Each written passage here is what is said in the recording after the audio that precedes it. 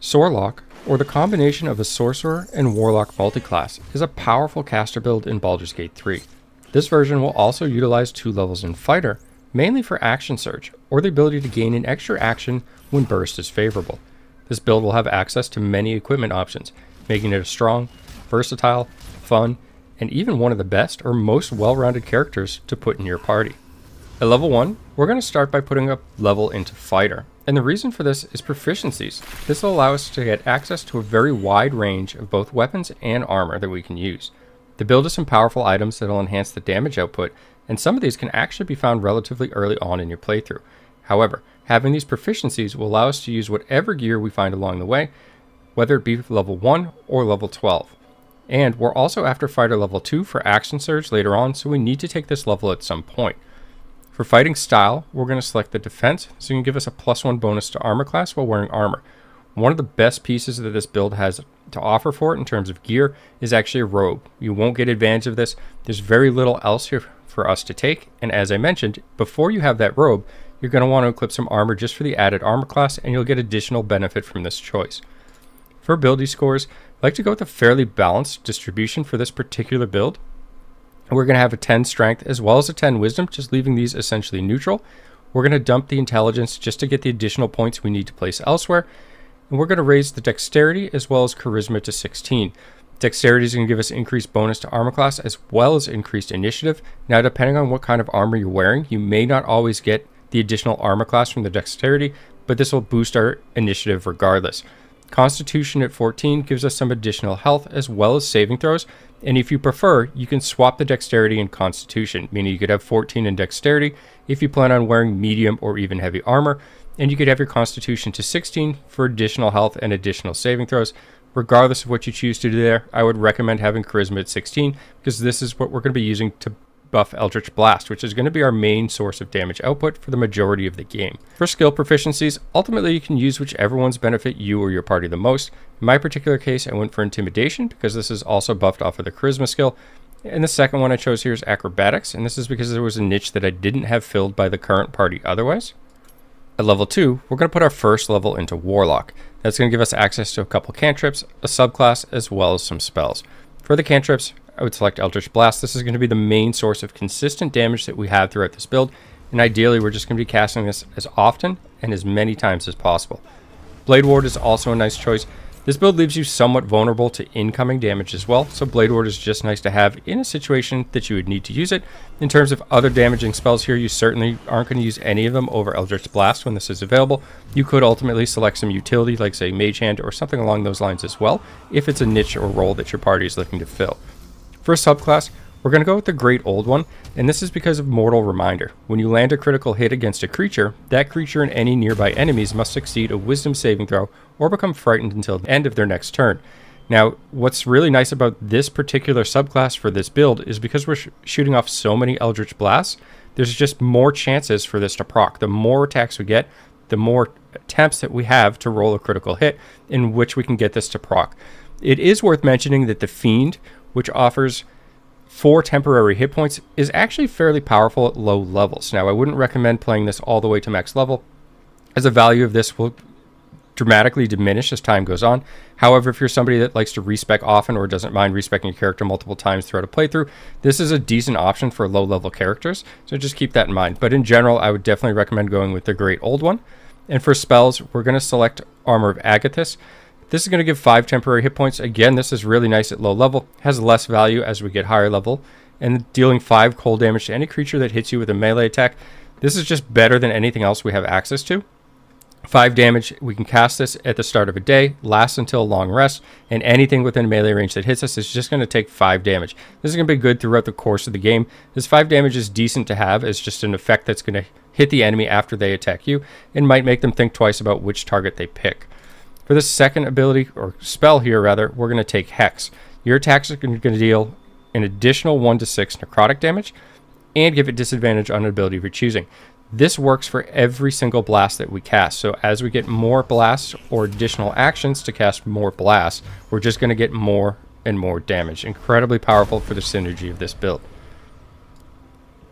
At level 3, we'll put another level into Warlock, and this will actually be the final level that we place into Warlock. This will give us access to another spell, as well as Eldritch Invocations. For the spells, you can choose between Arms of Hadar, or honestly, Hellish Rebuke is pretty good as well. Hellish Rebuke can be used as a reaction to deal damage to an enemy after they attack you. This will add additional damage on top of that Armor of Agathis. Very strong early on as well, so keep this as a consideration. In general, I like Arms of Hadar. This is actually an AoE spell, and at early levels, there isn't access to many AoE spells, and this just kind of rounds the build out nicely. So this is definitely my preferred choice, but like I said, there is nothing wrong with Hellish Rebuke here.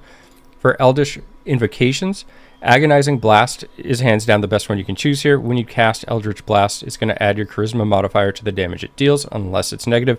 This is obviously going to synergize very well with our build. The more Eldritch Blasts we do, they're all going to get Charisma modifiers added onto the damage, dealing more damage than we would have had otherwise. I also like to take Repelling Blast here. When you hit a creature with Eldritch Blast, you can push the creature up to 4.5 meters away from you. Now this can be toggled on and off, so you get to choose when you want it to knock the target back or when you don't.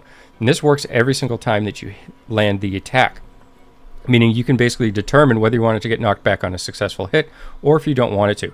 Very good for just punishing enemies that are out of position or near the edges of cliffs, higher ground, and so forth. Another option here is Devil's Sight, where you can see normally in darkness, both magical and non-magical, to a distance of 24 meters. There's also the option to cater this build to playing in and around darkness, and essentially you can move yourself into a position, cast darkness around you, and have success attacking enemies while they're penalized for attacking you. So that's an option as well. That's more of a specific build that we won't cover in depth in this particular guide. At level 4, we gain a second level in Fighter, giving us 2 levels of Warlock and 2 levels of Fighter. This gives us access to Action Surge. We can immediately gain an action to use this turn, meaning we can fire Eldritch Blast, use Action Surge, fire Eldritch Blast again. At level 5, we'll put our first level into Sorcerer, and the remaining levels that we have will all go into Sorcerer. This is going to give us access to some cantrips, spells, a subclass, a Dragon Ancestor, as well as a Draconic Bloodline. For cantrips, I like to go full utility, and this is because, again, our primary source of damage is going to be Eldritch Blast. We're just going to spam Eldritch Blast in terms of dealing damage. So we have access to pick up 4 cantrips, Mage Hand, Minor Illusion, Friends, as well as Light. For spells, I like to take Shield. This is something we can use defensively, and again, this build does leave you somewhat vulnerable. I do pick up Magic Missile in this situation, and you have some other options that you can choose from. The reason I take Magic Missile is because it has a 100% chance to hit. So if I'm in a situation where I absolutely need to land a kill, it's worth a spell slot, in my opinion, to use this spell in order to get that, as opposed to using your Eldritch Blast. For subclass, Draconic Bloodline is the preferred choice here. And keep in mind that one of the subclass features here is that you get Draconic Resilience. You're going to get an armor class of 13 when you're not wearing armor. Now, we've already mentioned before that up until this point, we're probably going to prioritize or favor wearing armor, and that's because of just what we have access to as we're leveling the character. At this point, it may be worth it to you to change your build if you haven't, in order to get additional armor class out of your dexterity. And this choice is totally up to you. Another thing you can do here, if you're willing to respec, is actually select Storm Sorcery for the time being, and once you acquire some robes or better cloth armor, then you could go ahead and respec into Draconic Bloodline. Ultimately, the choice is up to you and how you'd like to go through your own playthrough. For Dragon Ancestor, you want to make sure that you select either blue or bronze, and that's because we want to be in the Lightning family. The Draconic Bloodline will allow you to add some scales to your character if you choose. In the sake of this guide, I actually chose to leave them off.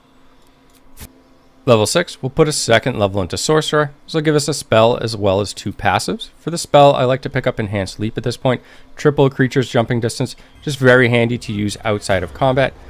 For the passives, I like to pick up Distance Spell as well as Twin Spell. Distance Spell is going to have the ability to increase the range of spells by 50%, and melee range spells can now get a range of 9 meters, which is fairly nice. For Twin Spell, spells that only target one creature can target an additional creature. This is incredibly powerful on a spell like Haste. At level 7, we'll put a third level into Sorcerer. This is actually a pretty big power spike for us. For spells, we'll get access to level 2 spells. I like to pick up Cloud of Daggers at this point. Eldritch Blast primarily is a single target ability, and as you get more casts of the Eldritch Blast, you can target different creatures. However, in terms of the damage output it does, it's typically better to focus them on one target until it's killed. And this makes Cloud of Daggers just more appealing in my opinion. Cloud of Daggers is such a powerful AoE spell, especially for a level 2. This does require concentration, which is part of the reason why we have buffed certain statistics when we were back at level 1 putting our first level into fighter. For class passives, at this point we want to pick up Quicken Spell. Spells that cost an action cost a bonus action instead. This is just incredibly great for the synergy of this build. This means that we can Eldritch Blast, use Quicken Spell, and then Eldritch Blast again as the bonus action, doubling our damage output on that turn. And then you could always use your Action Surge to Eldritch Blast again.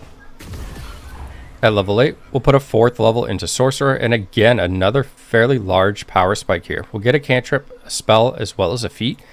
Cantrips, honestly, I don't think it makes much of a difference which one you select at this point. Just sticking with the utility theme for my cantrips, I have selected Dancing Light. You probably could select any of these if you want to have a different source of damage. Then the other damaging abilities could be good. I think there's an argument to be made for Ray of Frost just because of its ability to reduce the target's movement speed. As you get further along in the game, this can be handy to keep hard-hitting mobs off of you. For spells, Mirror Image. This is going to create 3 duplicates of yourself. Each duplicate increases your armor class by 3. You're going to be vulnerable to damage. I've said that a couple of times at this point. Mirror Image is going to dramatically help your survivability with this build and allow you to be into position and relocate yourself when needed without getting dropped down really quick. For the feat, we're going to select Ability Improvement, and I really feel strongly about this choice. At this point, we're level 8, selecting our first feat. Almost every other character build is going to have 1, if not 2 feats at this point. Now, if you're going to get something like Hair of the Hag and give it to this specific character, you could do that and potentially select one of these other feats and still wind up with an 18 Charisma at this point as well. That choice is ultimately up to you. At level 9, we'll put a 5th level into Sorcerer. This will give us access to level 3 spells. Now, I think the majority of people are going to decide between either Haste or Fireball, and I think that's probably the correct path to go. In my opinion, I think that Haste is a little more powerful, and the reason for this is because we can pre-buff, and also you can use this on an ally. So depending on the situation or the encounter you might be going on, you have the potential to buff an ally as well if you think that their actions might be more beneficial in that situation. In general, being able to pre-buff yourself and have characters out of combat while somebody's initiating dialogue or just drawing the attention or aggro, so to speak, as that combat begins is really powerful in this game, and that's why I think that Haste really wins out. At level 10, we'll put a 6th level into Sorcerer, and this is going to unlock some of the subclass features. We're also going to gain access to an additional spell that we can choose, and at this point we're going to select Fireball. We didn't have it at the previous level, this makes it the pickup for this time. Subclass features, the really important one here is the Elemental Affinity damage. When you cast a spell that deals damage of the type associated with your Draconic ancestry, which is going to be a lightning damage in the situation that we've shown in this guide, you add your Charisma modifier to the damage. The reason this is important is because this allows us to make use of the lightning charge items in the game. And essentially when we set off the lightning blast from these lightning charges, we'll now get a Charisma modifier to that damage. And we can frequently set off these charges with the setup that we're using and the number of Eldritch Blasts that we can cast. We'll also gain Elemental Affinity resistance. When you cast a spell that deals damage of the type associated with your Draconic ancestry, you can spend 1 sorcery point to gain resistance to that damage type. This does have some uses. In general, we will reserve our sorcery points for dealing more damage or having more damage output than we will preventing damage coming in. Character level 11, we'll gain our 7th Sorcerer level, and at this point I like to pick up Ice Storm. Gives us a source of cold damage, large AoE, in fact it's a very large AoE, which is something that this class lacks in terms of damage output. On top of that, it can cause other characters that go through this ground to slip and fall on the ice, becoming prone, which is just nice for kind of keeping some separation or distance from the enemies, whether it's for this character or other characters in your party. Character level 12, we'll put our 8th level into Sorcerer, which will give us another level 4 spell as well as a feat. For the spell, I like to take Dimension Door, and this is a personal preference like everything else in the character build. However, Dimension Door allows you to teleport yourself and up to 1 adjacent ally to a place you can see. Just adds a tremendous amount of mobility to this. And again, I can't say it enough, but this character can actually get stuck out of position, and it's one of the biggest weaknesses of the build. But in general, the amount of damage that you can deal allows you to keep yourself safe, essentially killing the enemies before they're able to kill you. But this is just nice to have as a safety net. For feat, I take another ability improvement here to push the Charisma to 20. And again, if you've done other things in the course of your playthrough, whether it be getting some of the items that increase your stats and things along those lines, you can choose to do other things with your feat here, or potentially even boost one of the other stats. If you want to go for saving throws, you could boost your Constitution, or if you want some more armor class because you're now using a robe, you could boost your Dexterity, and so forth. Overall, the Sorlock is very strong. and that's whether you're spamming Eldritch Blast or making use of all the spells in your arsenal. And although this doesn't require any specific gear to be viable, there's definitely some very powerful items in the game that will take it to another level. As always, thanks for taking the time to watch, and have a great day.